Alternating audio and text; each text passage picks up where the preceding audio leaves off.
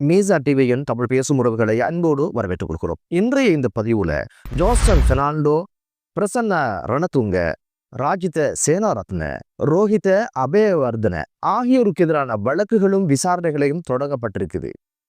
இவங்க என்ன சாதனையை படிச்சு மக்களை சோதனையில போட்டாங்க, இப்ப இவங்களை துரத்துகின்ற சோதனைகள் என்னென்ன பல்வேறு விஷயங்களை பேசுறது தான் இன்றைய பதிவு. இதுவரைக்கும் எங்களுடைய சேனலை யாரெல்லாம் சப்ஸ்கிரைப் பண்ணலையோ அவங்க எங்களுடைய சேனலை சப்ஸ்கிரைப் பண்ணுவீங்க, பிடித்திருந்தா லைக் பண்ணுங்க. இது சம்பந்தமாக நீங்க என்ன நினைக்கிறீங்களோ அந்த ஒரு விஷயத்தை கண்டிப்பா கமெண்ட்ல சொல்லுங்க அப்படின்னு ஒரு வினயமான ஒரு வேண்டுதலோட வாங்க வீடியோக்குள்ள போகலாம். முதல்ல ஜோன்சன் பெர்னாண்டோ ஜொனி என்று சொல்லப்படுகின்ற மஹிந்த ராஜபக்சேகளுக்கு ரொம்ப விசுவாசமானவர், ஒரு செல்லப்பிள்ளை கூட சொல்ல முடியும். இவருக்கு எதிரான ஒரு வழக்கு தொடங்கப்பட்டிருக்கு. அதுதான் 2010ஆம் ஆண்டு முதல் 2014ஆம் ஆண்டு வரைக்கும் வர்த்தக அமைச்சராக இருந்து இவருடைய பொறுப்புகளை சதோசி இருக்கிற சந்தர்ப்பத்தில் 153 ஊழியர்களை தமது சொந்த விடயங்களுக்காக, சொந்த அரசியல் காரணங்களுக்காக அவர் பணியில் அமர்த்தினாரு அப்படின்ற ஒரு விஷயத்தை செஞ்சதுனால கிட்டத்தட்ட அரசுக்கு 40 மில்லியன் ரூபாய் நட்டத்தை ஏற்படுத்தினார் அப்படின்னு சொல்லி நீதிமன்றத்துல இப்போது வழக்கு விசாரணைக்கு வந்திருக்கிற செய்திகள் இப்போது வந்திருக்குது.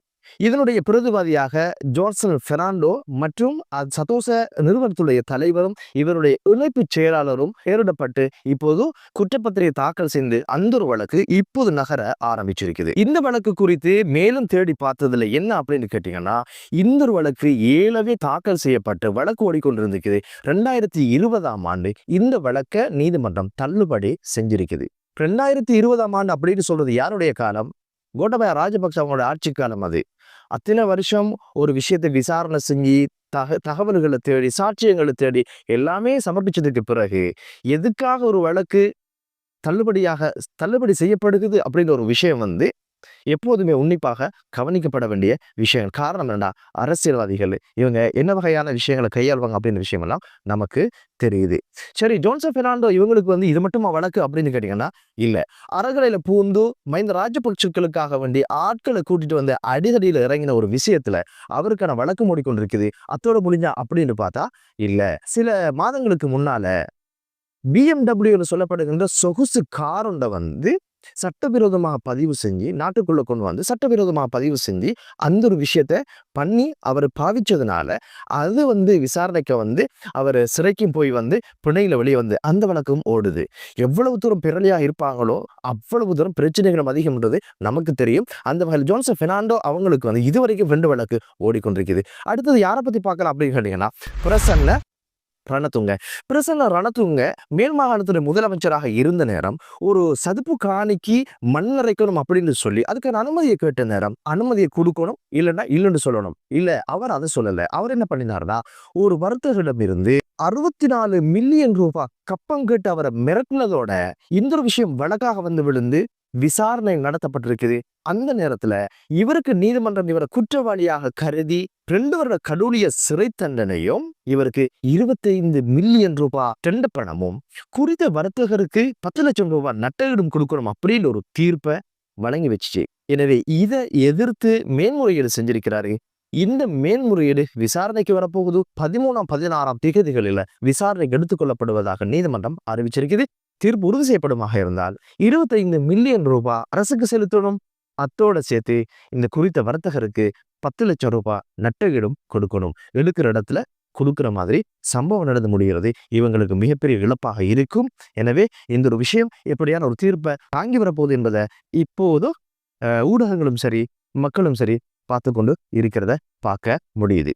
அடுத்த விஷயம் யாரை பத்தி பேச போறோம் அப்படின்னு கேட்டீங்கன்னா, ராஜித சேனாரத்ன இவங்க என்ன பண்ணிருக்காங்க அப்படின்னு கேட்டீங்கன்னா, 2014ஆம் ஆண்டு கடற்தொழில் அமைச்சராக இருந்த நேரம் மோதர துறைமுகத்தை சி கல்ஃப் UK என்று சொல்லப்படுகின்ற ஒரு தனியார் நிறுவனத்துக்கு குத்தகைக்கு கொடுத்திருக்கிறாரு. அதுவும் எப்படி கொடுத்திருக்கிறார் அப்படின்னு கேட்டீங்கன்னா, குறைய விலையில கொடுத்திருக்கிறாரு. இதனோட குறைய விலையில கொடுக்கறது ஏது வருத்தமா அப்படின்னு ஒரு கேள்வி உங்களுக்குள்ள இருக்கும் இல்லையா? இல்ல, குறைய விலைக்கு கொடுத்துட்டோ அவங்கள்ட்ட இருந்து வேற ஏதாவது வரப்பிரசாதங்களை பெறுறது தான் அந்த யுக்தி என்பதை நம்ம பல அரசியல்வாதிகளோட வாழ்க்கையில பார்த்திருக்கிறோம்.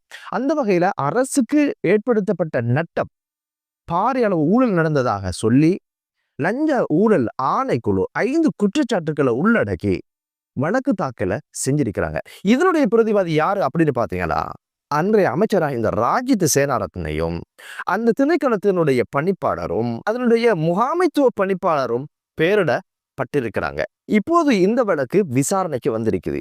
இந்த வழக்கு பற்றி மேல தேடினதுல என்ன நடந்தது அப்படின்னு பாத்தீங்கன்னா, 2020 இந்த ஒரு வழக்கு தாக்கல் செய்யப்படுது.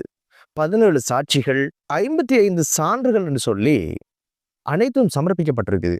பிப்ரவரி மாதமாகும்போது ஒரு தவணையில மன்றல சொல்லப்பட்ட விஷயம் என்ன அப்படின்னு பாத்தீங்கன்னா, 2014 ஆண்டு திகதியிடப்பட்ட சாட்சியாக மாற்றப்பட்ட ஆவணங்களை காணோம் அப்படின்னு ஒரு விஷயம் சொல்லப்பட்டிருக்குது.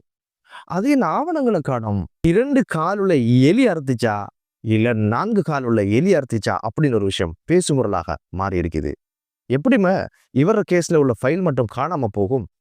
ஏதோ ஒரு வகையில மீண்டும் இப்போது இருக்கின்ற இந்த லஞ்ச ஊழல் ஆணைக்குழுவினர் அந்த ஒரு விஷயம் குறித்து தேடி சாட்சிகள் எல்லாம் தேடி மீண்டும் குற்றப்பத்திரிகை தாக்கல் செய்து அந்த ஒரு வழக்கை தொடர ஆரம்பிச்சிருக்கிறாங்க என்பது ஒரு ஆரோக்கியமான விஷயமும் ராஜித சேனாரத்ன அவங்களுக்கு மிகப்பெரிய ஒரு சோதனையாகும் இடியாக வந்து விழுந்திருக்கும் என்பது எமது பார்வை. அடுத்தது யாரை பத்தி பேசலாம் அப்படின்னு கேட்டீங்கன்னா, ரோஹித அபேவர்தன. ரோஹித் அபேவர்தன அழுதும் அரசியல் செய்யலாம் அப்படின்ற ஒரு விஷயத்துக்கு ஒரு முன்னோடியாகவும் அதுக்கு ஒரு சான்றாகவும் திகழ்ந்தவர். இவர விஷயத்துல என்ன நடக்குது அப்படின்னு கேட்டீங்கன்னா, ஏலவே 2004 ஆண்டு தொடக்கம் 2006 காலப்பகுதிக்குள்ள 2 வருஷத்துக்குள்ள இவருடைய சொத்துடைய பொறுமதி அல்லது இவர் சொத்தாக சேர்த்து வச்சதனுடைய பொறுமதி எவ்வளவு அப்படி பாத்தீங்கன்னா 41.1 மில்லியன் ரூபாய் என்று சொல்லப்படுது. லஞ்ச ஊழல் ஆணைக்குழுவினர் வந்து இவரை கூப்பிட்டு இந்த சொத்துக்கள் எல்லாம் எப்படி வந்த, இதுக்கான பணங்கள் எங்கிருந்து பெறப்பட்டது, அந்த கணக்கு வழக்கு கொஞ்சம் சொல்லுங்களே அப்படின்னு சொன்ன நேரம் அவை எதையும் சமர்ப்பிக்க முடியாததன் காரணத்தினால லஞ்ச ஊழல் ஆணைக்குழுவினர் வந்து இந்த பணம் ஊழலோடு சம்பந்தப்பட்டதுன்னு சொல்லி ஒரு வழக்க தாக்கல் செஞ்சிருந்தாங்க. அந்த வழக்கு அதுல பாட்டுல ஓடிக்கொண்டிருந்தது. இவங்க வளமையா செய்யற வேலை என்ன அப்படின்றது வந்து எல்லாருக்கும் தெரிஞ்ச விஷயம் தானே. 2021 ஆண்டாகும் பொழுது மார்ச் மாதம் அளவுல இந்த ஒரு வழக்கு மன்றுக்கு வந்த நேரம் லஞ்ச ஊழல் ஆணைக்குழுவினர் என்ன சொன்னாங்கண்டா, இந்த வழக்கை தொடர எங்களுக்கு விருப்பம் இல்லை அப்படின்னு சொல்லி விலக்கினதுனால இந்த வழக்குல இருந்து இவர் விடுதலையானாரு, விடுவிக்கப்பட்டாரு. இங்க கேள்வி என்ன அப்படின்னு கேட்டீங்கன்னா, அப்ப எதுக்கு வழக்கு, எதுக்கு விசாரணை, ஏன் வழக்கு தொடுத்தீங்க? சான்றுகள் இல்லை, எதுவுமே இல்லைன்னா எதுக்கு நீங்க வழக்கு தொடுக்கணும்? ஆல்ரெடி அரச பணம், மக்களுடைய பணம் இல்லை அப்படின்னு சொல்லி வேதனையில மக்கள் இருக்காங்க. மீண்டும் நீங்க ஒரு விசாரணை, உங்களுக்கான ஆணைக்குழு, உங்களை போட்டு ஒரு லஞ்ச ஆணைக்குழு, அந்த குழு இந்த குழு எல்லாம் போட்டு உங்களுக்கும் பொதுமக்களுடைய பணத்திலிருந்து சம்பளங்கள் தந்து, உணவு தந்து, குடிக்க தந்து எல்லாமே செஞ்சதுக்கு பிறகு நீங்கள் ஒரு வழக்கு போட்டுட்டு இல்லை எங்களை முடியாது நாங்கள் விலகிக் கொள்றோம் சொல்றதாக இருந்தா, இது 2021 அப்படின்னு சொல்லும் பொழுது நமக்கு தெரியுது யாரு ஜனாதிபதியாக இருந்தா, யார் ஆட்சியில் இருந்தாங்க, இவர் யாருக்கு அரசியல் பண்ணினாங்க அப்படின்னு பல்வேறு விஷயங்கள் நமக்கு தெரிய வருது. இப்ப என்ன நடக்குன்னா, கமன் துஷார் என்று சொல்லப்படுகின்ற ஒரு சமூக செயற்பாட்டாளர் வந்து சில தினங்களுக்கு முன்னால வந்து லஞ்ச ஊழல் ஆணைக்குழுல ஒரு கம்ப்ளைண்ட் பண்ணியிருந்தாரு. அதுல அவர் சொல்ற விஷயம் என்ன அப்படின்னு பாத்தீங்கன்னா, எனக்கும் ரோஹித் அபேவர்தனைக்கும் எந்த பிணக்குகளும் கிடையாது. ஆனா அவர் இப்ப பல கோடி சொத்துக்கு சொந்தக்காரராக இருக்கிறாரு. இது எப்படி அப்படின்ற கேள்விதான் எனக்குள்ள இருக்குது. காரணம் என்ன அப்படின்னு கேட்டீங்கன்னா, 1997 ஆண்டு வந்து நகர சபையில ஒரு டிரைவராக சேர்ந்தவர். அதுக்கு பிறகு பிரதேச சபையினுடைய தவிசாளராக மாறி, அதுக்கு பிறகு பாராளுமன்றம் போய் பாராளுமன்ற உறுப்பினராகி பெரும் அமைச்சு பதவிகளை வகிச்சவர் இப்ப பல கோடி சொத்துக்கு சொந்தக்காரரானாரு. இது எப்படி நடந்து, எப்படி சாத்தியம்? பரம்பரை சொத்துடையவரும் இல்ல. இன்னொரு விஷயம் குறித்து ஏதாவது விசாரணை நடத்துங்களே அப்படின்னு சொல்லிட்டு போகலாம் அப்படின்னு நான் வந்தேன் அப்படின்னு அவர் சொல்லியிருந்தாரு.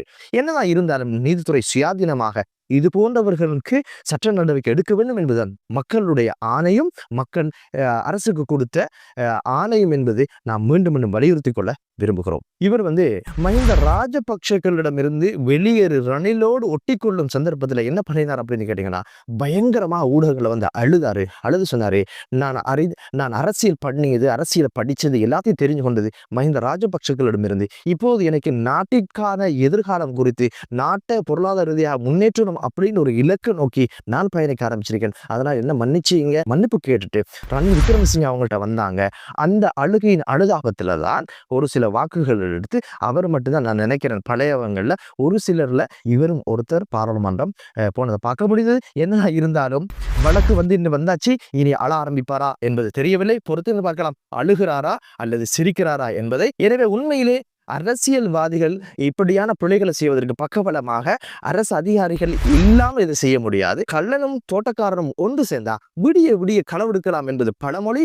எனவே இந்த ஒரு விஷயத்துல நீதிமன்றம் சுயாதீனமாக இயங்கி இவர்களுக்கான தண்டனையை வாங்கி கொடுக்கிறது மட்டுமல்ல, அந்த பணங்களையும் அரசுடைமையாக ஆக்கட்டும். இந்த அவல நிலையங்கள் மாறட்டும். ஊழலற்ற ஒரு நாடு தேசம் உருவாகட்டும். அது எதிர்கால சந்ததியினருக்கு ஒரு சுபிட்சமான வாழ்க்கையை உருவாக்கி கொடுக்கட்டும் என்று கூறி மற்றொரு காணொளியிலே உங்கள் அனைவரையும் சந்திக்கும் வரை விடைபெறுகிறேன். நன்றி.